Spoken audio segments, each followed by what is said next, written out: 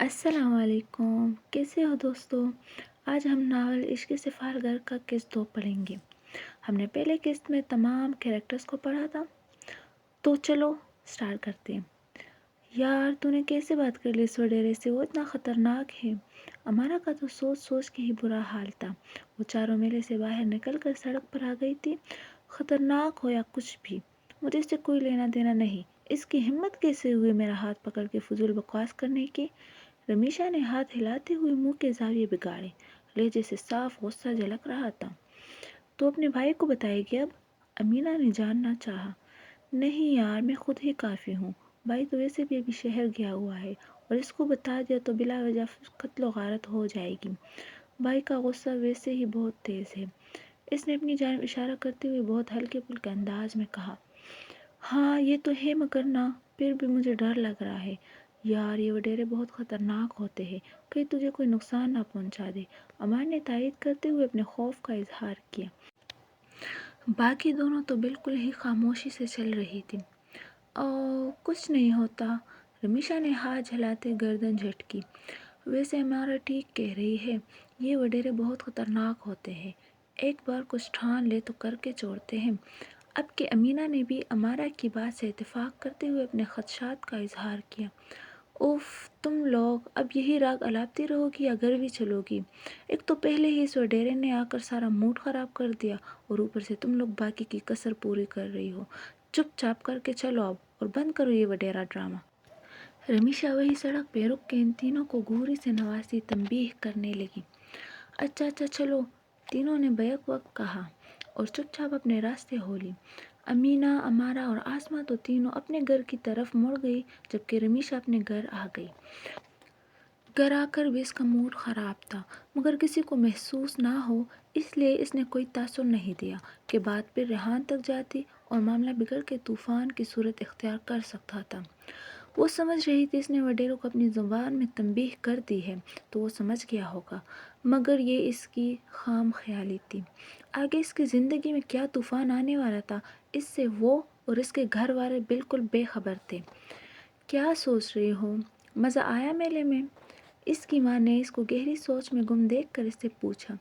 جی امی، بہت مزہ آیا، ہم نے بہت مزے کیے، گول گپے کھائے اور ڈھیر سارے جھولے بھی لیے، اور یہ دیکھے میں نے چوڑیاں بھی خریدی ہیں۔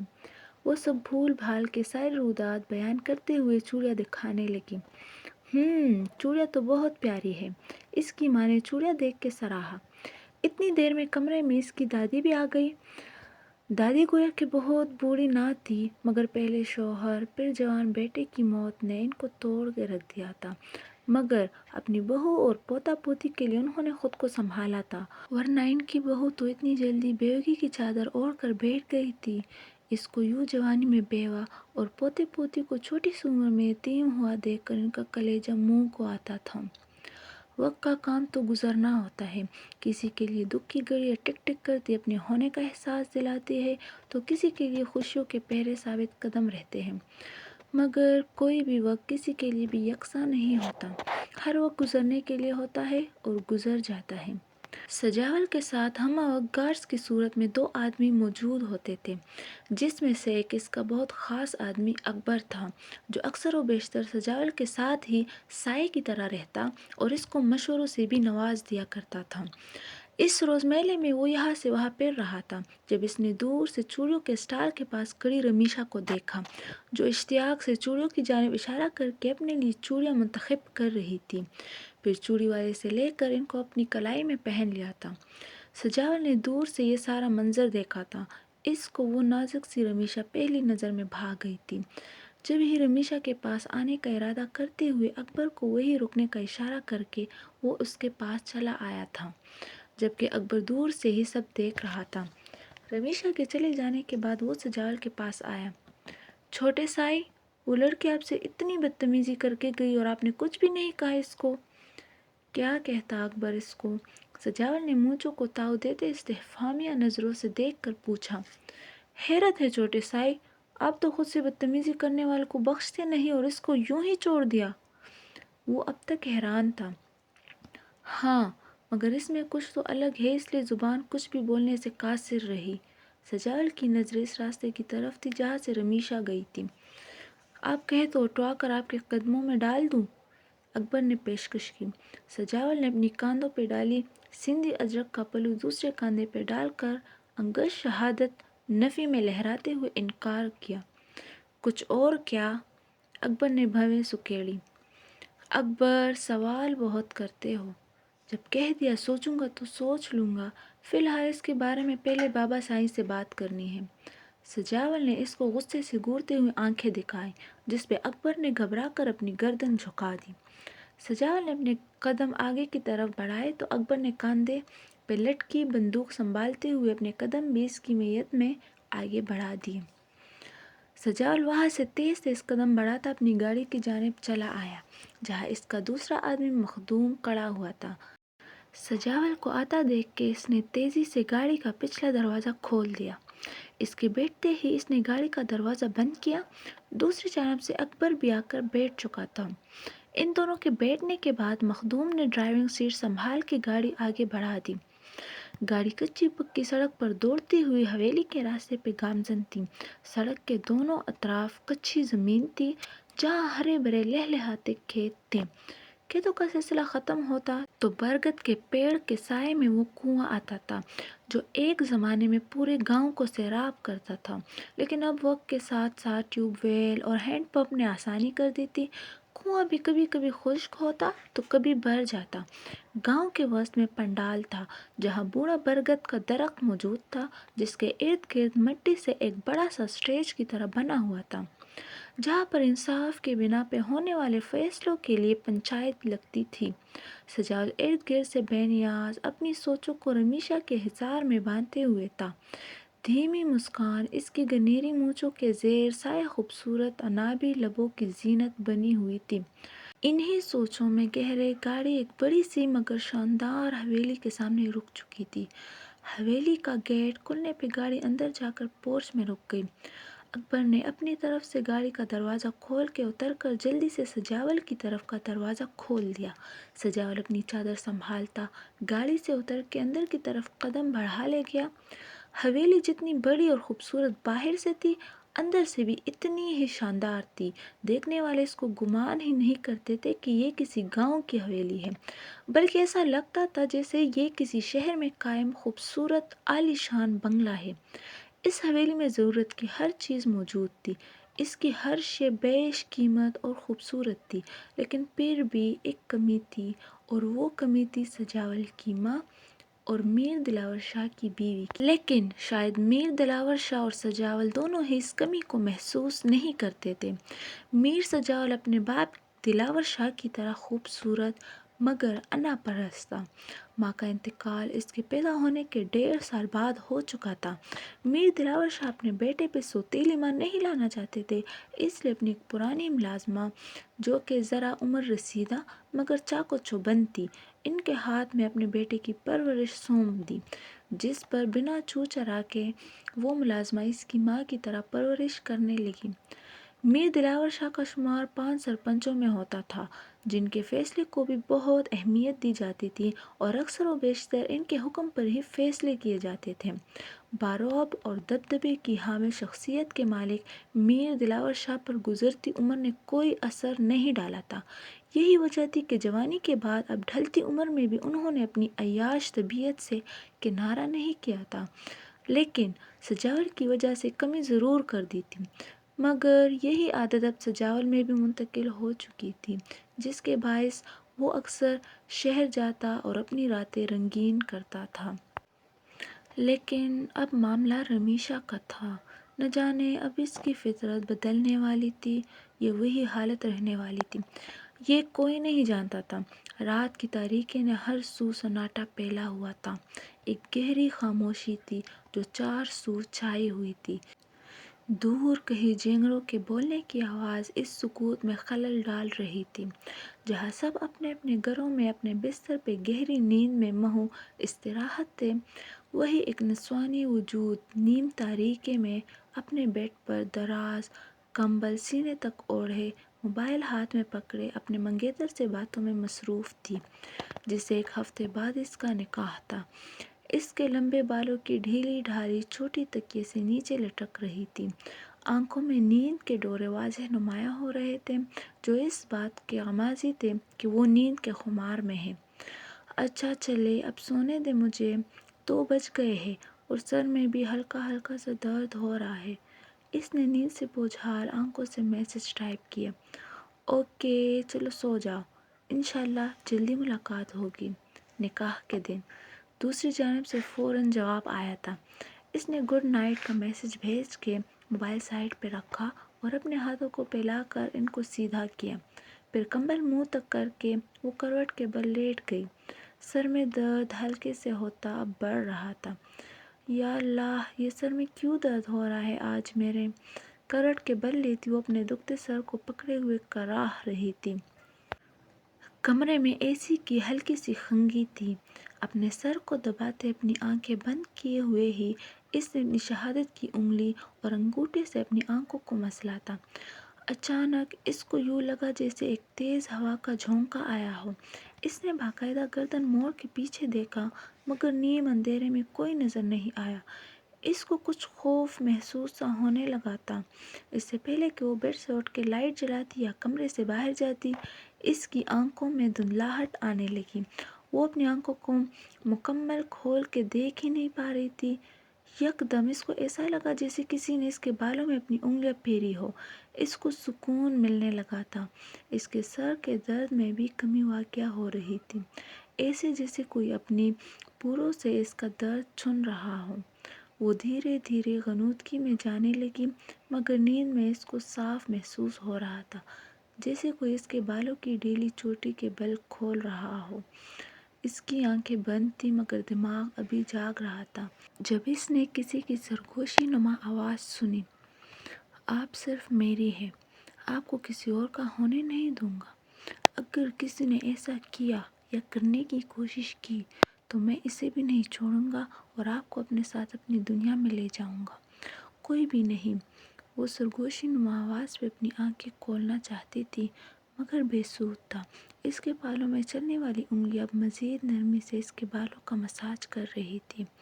اس کو سکون مل رہا تھا۔ آہستہ آہستہ وہ گہری نیند میں اترتی چلی گئی۔ چھٹی سے پہلے آخری لیکچر فزکس کا تھا جس کو وہ تینوں اٹینڈ کر رہی تھی مگر چہرے پہ بیزاری سی تھی۔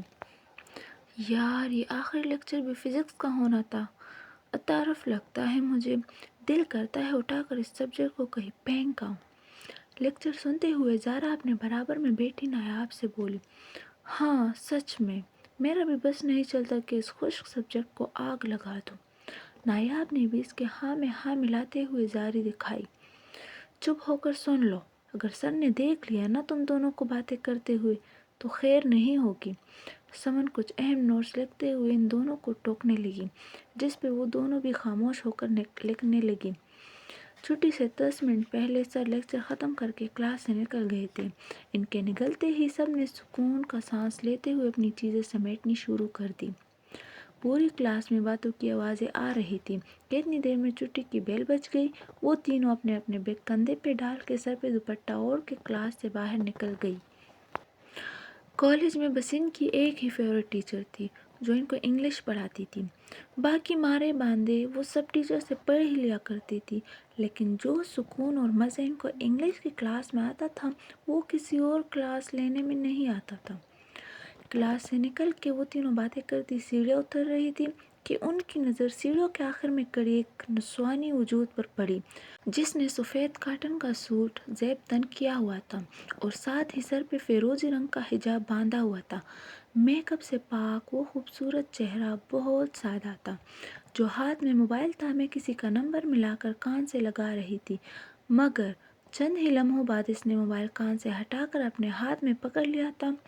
غالباً نمبر بند یا مصروف تھا جس کے باعث اس کی بات نہیں ہو سکی تھی۔ وہ تینوں کبھی ایک دوسرے کو دیکھتی تو کبھی اس نسوانی وجود کو، پھر تینوں ہی ایک ساتھ پرجوش انداز میں خوشی سے چیختے ہوئے تیز سے سیڑھیاں اتر کے نیچے آئی۔ مس صدف، کیسی ہے آپ؟ تینوں نے ہی اس کے ہاتھوں کو اپنے ہاتھوں میں لیا تھا۔ ارے آپ تینوں یہاں پہ پڑھتی ہے؟ واو، کیسی ہے آپ لوگ؟ صدف نے چونک کر ان تینوں کی طرف دیکھا تھا۔ اس کی حیرت بھی دیدنی تھی، وہ بھی ان تینوں کو ایک ساتھ اس کالج میں دیکھ کر چونکی تھی۔ جی میم، ہم یہاں پہ پڑھتے ہیں اور ہم بالکل ٹھیک ہیں۔ آج تو ہماری خوشی کا ٹھکانہ ہی نہیں ہے، کتنے عرصے بعد ملاقات ہو رہی ہے آپ سے، ذرا پرجوش سی ہو کر چہکی تھی۔ چلے، اچھی بات ہے، دل لگا کر پڑھے آپ لوگ۔ ماشاء اللہ، بہت خوشی ہوئی آپ تینوں کو ایک بار پھر ساتھ دیکھ کے۔ صدف نے مسکراتے ہوئے محبت بھرے انداز میں تاکید کرتے ہوئے اپنی خوشی کا اظہار کیا۔ جی میم، آپ کی دعا سے ہم ساتھ ہیں۔ ویسے آپ کیا یہی پڑھانے آئی ہیں؟ اگر پڑھانے آئی ہے تو پلیز پلیز ہماری فزکس کی کلاس لے لیں، ہم بہت بور ہو جاتے ہیں اس کلاس میں۔ نایاب بھی نان اسٹاپ بولنا شروع ہو گئی تھی۔ باقی اسٹوڈنٹ بھی اب اتر کے نیچے آتے جا رہے تھے۔ ان تینوں کی سیڑھیوں پہ کھڑے ہونے کی وجہ سے باقیوں کو تھوڑی مشکل پیش آ رہی تھی، جس کے باعث کچھ لڑکیاں ان تینوں سے ٹکرا کر اتر رہی تھی تو کچھ منہ کے زاویہ بگاڑ کے ان کو برا بھلا کہتی جا رہی تھی، مگر وہ تینوں ارد گرد سے بے نیاز اپنی میز سے باتیں کرنے میں مگن تھے۔ آپ لوگ یہاں اس طرف آ جاؤ بیٹا۔ صدف نے ان تینوں کو کونے میں آنے کا اشارہ کیا، جس پہ وہ تینوں اپنی پوزیشن کا احساس کرتی سیڑھیوں سے اتر کے سائیڈ میں ہو گئی۔ ان کا بس نہیں چل رہا تو اپنی ٹیچر سے کتنی ساری باتیں یوں ہی کر لیں۔ نہیں، میں یہاں پڑھانے نہیں آئی، بلکہ یہاں میں اپنی بہن کو لینے آئی ہوں۔ صدف نے ان کے سائیڈ پہ ہونے کے بعد ان کی غلط فہمی دور کرتے ہوئے بتایا۔ کون سی بہن؟ مس، بتائے ہمیں اپنی بہن کا نام، ہم اس کے ساتھ دوستی کریں گے۔ وہ کس شعبے میں پڑھ رہی ہے؟ صدف کے کہنے کی دیر تھی کہ تینوں ایک بار پھر سوالات کی بوچھار شروع کر چکی تھی۔ ان کے یوں سوالات پوچھنے پر صدف دھیرے سے مسکرا دی۔ اس کی مسکراہٹ بہت پیاری تھی، وہ خود بے حد خوبصورت تھی کہ دیکھنے والوں کی نگاہ بار بار پلٹ کر دیکھنے پر مجبور ہو جاتی تھی۔ وہ تینوں بھی اس کی مسکراہٹ میں گم سی ہو گئی تھی۔ ارے سانس تو لو بھائی، میری بہن یہاں پڑھتی نہیں بلکہ پڑھاتی ہے، شائستہ نام ہے اس کا، صدف نے مسکراتے ہوئے تینوں کو بتایا، جس پر وہ تینوں ایک بار پھر حیرت کے سمندر میں غوطہ زن ہو گئی۔ کیا مس شائستہ آپ کی بہن ہے؟ وہ تو ہماری انگلش ٹیچر ہے۔ اوہ، جب ہی تو، وہ بھی اتنی سویٹ ہے۔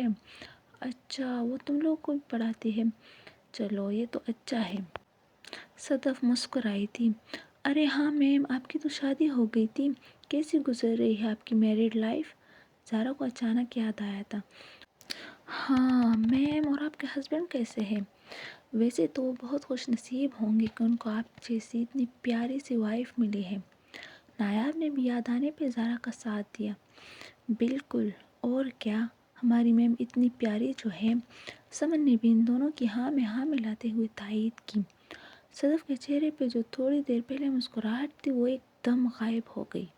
اس کے چہرے پہ ایک تاریک سا سایہ لہرایا۔ اس لمحے اس کا چہرہ لٹی کی مانند سفید پڑ گیا تھا، جس پر ان تینوں نے بھی غور کیا۔ وہ تینوں پریشان ایک دوسرے کو دیکھنے لگی۔ مس، کیا ہوا؟ سمن نے اس کی حالت دیکھتے ہوئے گھبرا کر پوچھا۔ کچھ نہیں، صدف نے اسپاٹ لہجے میں کہتے ہوئے منہ دوسری جانب پھیر لیا۔ اتنی دیر میں شائستہ بھی اسٹاف روم سے نکل کر سیڑھیاں اترتے ہوئے نیچے آنے لگی۔ اس نے اترتے ہوئے آخر کی 2-3 سیڑھیوں سے صدف کے ساتھ کھڑی ان تینوں کو بھی دیکھ لیا تھا۔ آپی، آپ یہاں کیوں کھڑی ہو گئی تھی؟ اوپر آ جاتی نا اسٹاف روم میں، وہ نیچے آ کر صدف سے بولی، جس کا چہرہ پتھرایا ہوا سا لگ رہا تھا۔ چلو شائستہ، دیر ہو رہی ہے، سرد اثرات کے ساتھ بے حد سرد لہجے میں بول کر صدف نے اپنے قدم آگے کی جانب بڑھا دی۔ شائستہ کو بھی حیرانی ہوئی تھی بہن کے اس رویے پر۔ آپی کو کیا ہوا؟ وہ خود سے ہم کلام ہوتی سوچ میں پڑ گئی، پھر ان تینوں کی طرف دیکھ کر مخاطب ہوئی۔ کیا ہوا تم تینوں کو؟ اور یہاں کیوں کھڑی تھی آپی کے پاس؟ مس صدف ہماری اسکول ٹیچر ہے، بس ان کو یہاں دیکھا تو ہم ملنے آ گئی تھی، نایاب نے وضاحت کی۔ اوہ اچھا، چلو میں چلتی ہوں، آپی باہر چلی گئی ہے۔ شائستہ دھیما سا مسکراتی وہاں سے چلی گئی۔ پیچھے وہ تینوں سوچ میں پڑ گئی کہ آخر ایسا کیا ہوا ہے۔ مس صدف تو ان کی بہت سویٹ ٹیچر تھی، وہ ان تینوں کے اسکول میں پڑھاتی تھی اور تقریباً سب کی ہی بے حد پسندیدہ تھی، چاہے وہ ان کی اپنی کلاس کے اسٹوڈنٹ ہوں یا دوسری کلاس کے۔ اس کی شخصیت سب کو اپنی جانب کھینچتی تھی۔